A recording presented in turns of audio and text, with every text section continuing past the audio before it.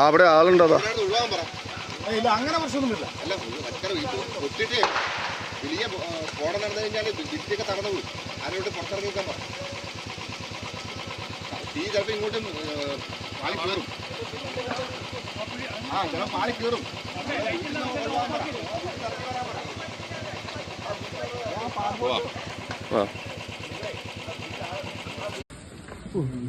ഒരു പൊട്ടു പൊട്ടിയത്.